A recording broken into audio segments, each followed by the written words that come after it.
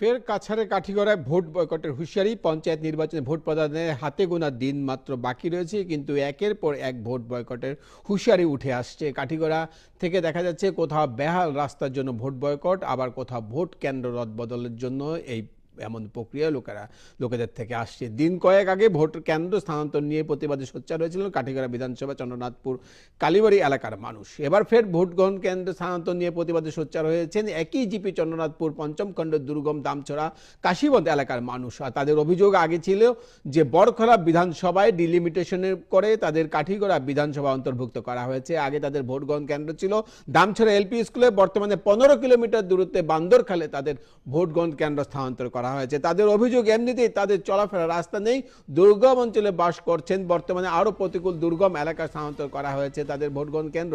গাড়ি চলাচল দূরের কথা, চলাফেরার রাস্তা পর্যন্ত নেই। এমত অবস্থায় তারা এত দূরত্বে গিয়ে ভোট প্রদান করবেন না বলে হুঁশিয়ারি প্রদান করেছেন।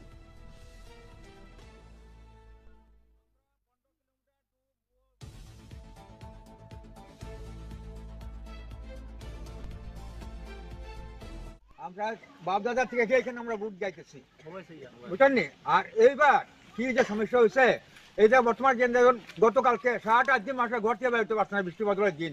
আর বুকের দুল যে বৃষ্টি বাদল থাকে, এই 15-16 কিলোমিটার দূর আমরা কীভাবে মেয়ে লোক বাচ্চা কাচ্চা পোলাপান নিয়ে কীভাবে যাওয়া এবার কীভাবে হবে? কোন একটা ট্রেন আছে, ওই ট্রেনে যদি যাই তা আমরা আবার সমস্যাটা কীরকম আমার কী হবে? আমরা বিগত এখনো যখন থেকে ভোটার হয়েছি তখন থেকে আমরা দামছড়া এলপি স্কুলে ভোট দিয়ে আসতেছি।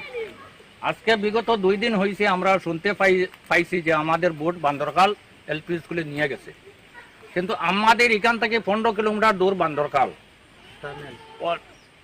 বান্দরকাল যাইতে হইলে অন্তত 4টা টানেল আছে, 8-10টা ব্রিজ আছে লম্বা লম্বা। আমাদের এখান থেকে মেসেলে নিয়ে কেমনে যাব আমরা বান্দরকাল ভোট দিতে? নদী পাড়ে নদীর জলে ভর্তি, নদী রেল লাইনে মানুষের হাঁটে যাওয়ার কোনো সম্ভব নাই।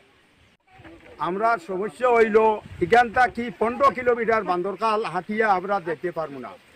সেনে বান্দরকাল কোনো গাড়ি নাই, রাস্তা নাই। এই পার তাকে যদি যাইতে হইলে তাহলে নদী, আমরা কোনো নমুনায় যাইতে আমরা পারি না।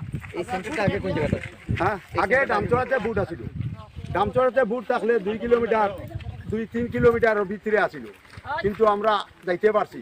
এখন আমরা বান্দরকাল গিয়া ভোট আমরা দিতাম পারতাম না।